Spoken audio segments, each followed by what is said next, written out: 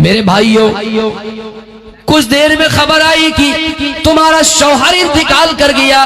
कह रहे कुछ नहीं जनाब, मोहम्मद रसूलुल्लाह की हालत कैसी है, मोहम्मद रसूलुल्लाह कैसे है, मोहम्मद रसूलुल्लाह की जात कैसी है। मेरे भाइयों, अपना शौहर खो दिया लेकिन फिक्र जनाब मोहम्मद रसूलुल्लाह की है। नबी से मोहब्बत देखिए, नबी से मोहब्बत का तकाजा देखिए, नबी से मोहब्बत का मतलब देखिए। शौहर खो दिया, कह रहे कि फिक्र जनाब मोहम्मद रसूलुल्लाह की है। फिर खबर आई कि माँ बेटा शहीद कर दिया गया। का मोहम्मद रसूलुल्लाह कैसे, का तुम्हारा भाई शहीद कर दिया गया, का तुम्हारा बाप शहीद कर दिया गया। चार चार सहारे उड़ गए। कह रहे कि मोहम्मद रसूलुल्लाह की जात कैसी है। जंग उहुद में ये खबर, ये अफवाहें फैल गई कि जनाब मोहम्मद रसूलुल्लाह शहीद कर दिए गए, इंतकाल हो गए। उनको चैन नहीं आ रहा है, उनको सुकून नहीं हो रहा है। और मेरी माओ बहनों, कुर्बान जाइए, ऐसी सोच रखिए। जंग उहुद के अंदर एक अंसारी औरत, जंग उहुद के अंदर एक अंसारी औरत आई जिनका बाप जंग में शामिल है, जिनका भाई शामिल है, जिनके बेटे शामिल है, जिनका शौहर शामिल है, चार चार रिश्ते शामिल है। मेरे भाइयों, कुछ देर में खबर आई कि तुम्हारा शौहर इंतकाल कर गया।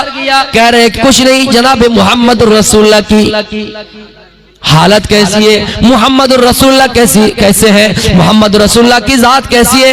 मेरे भाइयों, अपना शौहर खो दिया लेकिन फिक्र जनाब मोहम्मद रसूलुल्लाह की है। नबी से मोहब्बत देखिए, नबी से मोहब्बत का तकाजा देखिए, नबी से मोहब्बत का मतलब देखिए। शौहर खो दिया, कह रहे कि फिक्र जनाब मोहम्मद रसूलुल्लाह की है। फिर खबर आई कि माँ बेटा शहीद कर दिया गया। का मोहम्मद रसूलुल्लाह कैसे, का तुम्हारा भाई शहीद कर दिया गया, का तुम्हारा बाप शहीद कर दिया गया। चार चार सहारे उड़ गए। कह रहे कि मोहम्मद रसूलुल्लाह की जात कैसी है। जंग उहुद में ये खबर, ये अफवाहें फैल गई कि जनाब मोहम्मद रसूलुल्लाह शहीद कर दिए गए, इंतकाल हो गए। उनको चैन नहीं आ रहा है, उनको सुकून नहीं हो रहा है। और कह रहे लोगों, मुझे जनाब मोहम्मद रसूलुल्लाह का दीदार करा दो, उनसे मुलाकात करा दो। वो कैसे, जब तक ना अपनी आंखों से देख लूं अपने दिल को गवारा नहीं, अपने दिल को तसल्ली और करार नहीं आएगा। लोगों ने जनाब मोहम्मद रसूलुल्लाह का दीदार कराया, लोगों ने जनाब मोहम्मद रसूलुल्लाह से मुलाकात करवाई।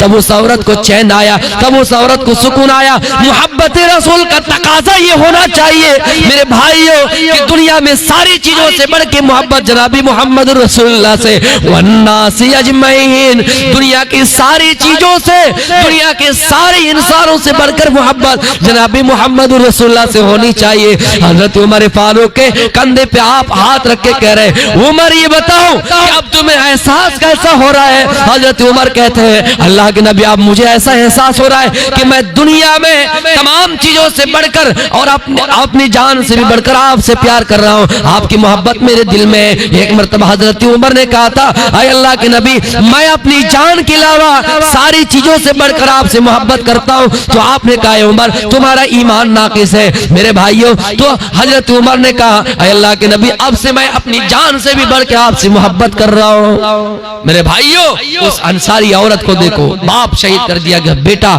भाई, शौहर, चार चार सहारे उड़ गए लेकिन फिक्र जनाब मोहम्मद रसूलुल्लाह की। मेरी माओ बहनों, कुर्बान जाइए, आपके लिए भी वो बहुत कुछ कर गए लेकिन हम और आप हैं कि अपनी जवानी का एहसास नहीं करते। नौजवानों, अपनी जिंदगी का मुहासबा कीजिए। जलसे में आए हैं, कुछ लेके जाइए, इस वक्त को भी गनीमत चाहिए। इख्तनिम खमसन कबला खमसिन, पांच चीजों को पांच चीजों से पहले गनीमत। उनमें एक ये भी है कि अपनी जवानी को गनीमत समझिए।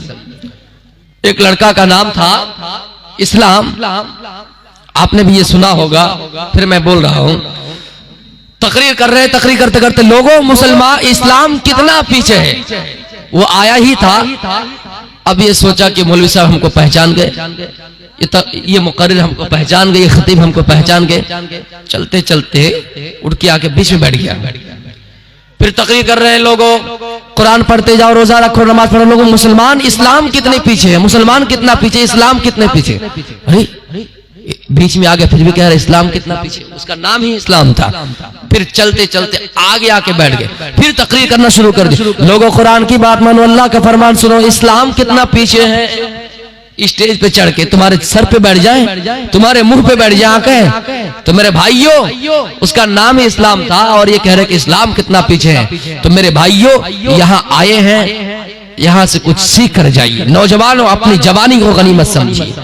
मुहासबाए नफ्स आपको ज्यादा जरूरी है, क्योंकि ये जवानी जब चल जाएगी, बुढ़ापा आ जाएगा तो आपको पछतावा आएगा। सर की बाल में जब सफेदी आएंगे, जब चमकेगा तो आपको उस वक्त एहसास होगा। एक बाल जब सफेद होगा उसी वक्त से आपका एहसास होगा कि हमारी जवानी खत्म हो गई। मेरी माओ बहनों, आपके ऊपर भी जिम्मेदारी है कि आप अपनी जिंदगी का मुहासबा कीजिए। नौजवानों, आप अपनी जिंदगी, मैं ये नहीं कह रहा हूं कि आप बीवी छोड़ दीजिए, आप बच्चे छोड़ दीजिए, बच्चे की भी फिक्र कीजिए, बीवी को भी कपड़ा दीजिए, जो खा रहे हैं आप उसको खिलाइए। ये भी जिंदगी का मुहासबा है कि हम क्या कर रहे हैं, क्या नहीं कर रहे हैं, क्या खा रहे हैं। हम बढ़िया बढ़िया चीज खा रहे हैं, घर में कुछ नहीं। बीवी क्या कर रही है, कहाँ से सालन तरकारी, कहाँ से सब्जी, कैसे इंतजाम कर रही है, घर का खाना कैसे संभाल रही है, आप इसकी भी फिक्र कीजिए। क्योंकि अल्लाह के रसूल कह रहे हैं, अंतुतीमा इज़ा तइमता व तखसूहा इज़ा तसैता, जो तुम खाओ अपनी बीवी को खिलाओ, जो पहनो अपनी बीवी को पहनाओ। ऐसा नहीं कि आप कुर्ता पहने तो आप अपनी बीवी को भी कुर्ता पहनाइए, ऐसा नहीं, बल्कि जिस मायार का, जिस स्टैंडर्ड का आप कपड़ा पहन रहे हैं, खा रहे हैं, वो अपनी बीवी को खिलाइए, वरना कैसा हाल होगा। एक मर्तबा किसी नौजवान ने, किसी शवार ने आधा किलो मछली खरीदी और घर में बनवाया। बीवी कह रही है आज बहुत बड़ी टेस्ट बनी है। अच्छा, खा के देखता हूँ, एक पीस खाया, हाँ अच्छा लग रहा है, हाँ एक पीस और दो, खाता गया, और एक पीस लाओ, बढ़िया लग रहा है, खाते खाते पूरा ही खा गई, पूरी मछली खा गई। बीवी को गुस्सा आया, मैंने कहा कि टेस्ट बना इसलिए पूरा ही खा गई। तब एक चाल चली, नौजवानों गौर से सुनिए, एक चाल चली। गांव देहात में कोई मछली बेचने वाला आया और आधा किलो मछली उन्होंने खरीद ली, उसकी बीबी ने खरीद ली। खरीद के घर के पीछे में, पिछवाड़े में, खेत में उन्होंने रख दिया और अपने शौहर से कहा कि जाओ खेत की जुताई करके आओ। ये हाल थोड़ा लेके गए, हाल जोतना शुरू किए, जैसे जोतना शुरू किया मछली निकल गई। हो खुशी के मारे मछली लेके घर आए। बीवी खुशी की बात है, शाबाश बीवी, तुमने कहा कि जाओ हाल खेत जुताई करो, खेत जोतने गए, एक मछली मिल गई। अच्छा, सूखी जमीन में पानी नहीं, बगैर बरसात में मछली में, हाँ बीबी सच में, कहा दिखाओ। शौहर ने दिखाया, उसको बढ़िया से बीबी ने बनाया। जब बना के तैयार हो गए, खाना वाना पेश किया, अब शौहर को उन्होंने मछली नहीं दी, सब्जी दे के चावल दे दी। शौहर मन मन में सोच रहा यार मछली तो थी, लेकिन ये दे क्यों नहीं रही। बीवी लगता है कि मछली थी, तुम दे नहीं रहे हो। कहाँ मछली थी, मछली तो तुमने आज नहीं खरीदी है। कभी भी खेत में मिली है, खेत में मछली मिलती है, वो फिर सूखी जमीन में बगैर बरसात में, न पानी है न सैलाब है, कुछ नहीं, बगैर बरसात में न नदी है न नाला है, कुछ नहीं, मछली सूखी जमीन में कहाँ बीबी मिली तो थी।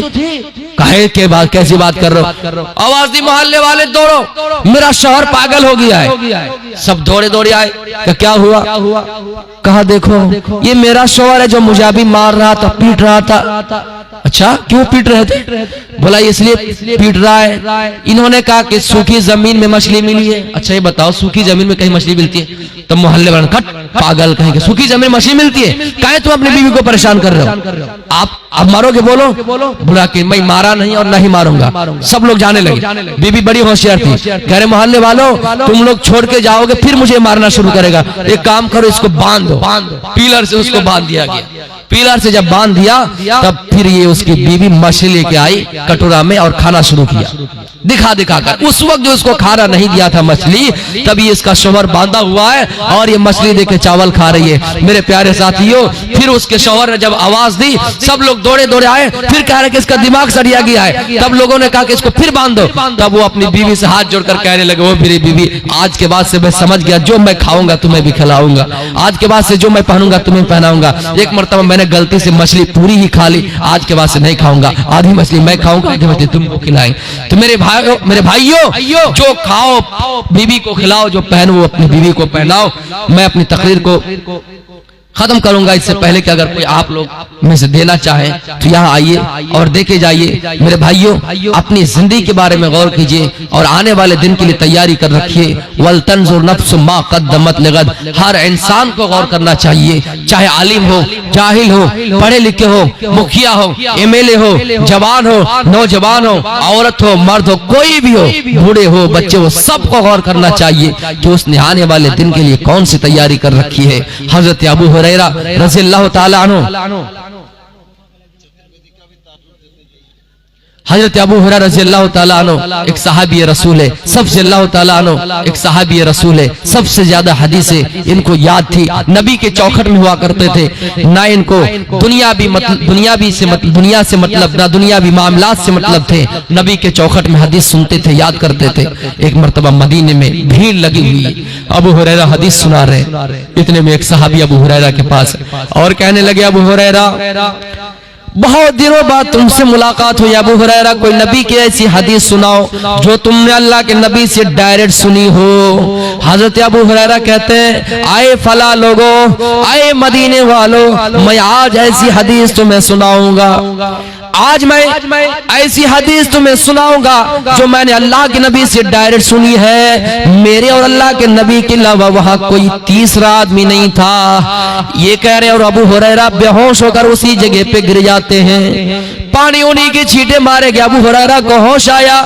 फिर अबू हुरैरा कह रहे, आए मदीने वालों, आज मैं तुम्हें ऐसी हदीस सुना रहा हूँ जिसको मैंने अल्लाह के नबी से डायरेक्ट सुनी है। हमारे और अल्लाह के नबी के बीच कोई तीसरा आदमी नहीं था। फिर ये कह रहे, फिर बेहोश होकर उस जगह पे गिर जाते हैं। मेरे प्यारे साथियों, एक हदीस सुनाने का ये आलम है, एक हदीस सुनाने का मतलब ये है, एक हदीस सुनाने का ये आलम है कि बेहोश होकर गिर जाते हैं। हम और आप इतनी हदीसें सुन रहे हैं, पूरी रात तकरीरें सुनते हैं, पूरा महीना कुरान और हदीस सुनते हैं, लेकिन हमारे कानों में जो तक नहीं होते, हमारे कानों में असर तक नहीं होते।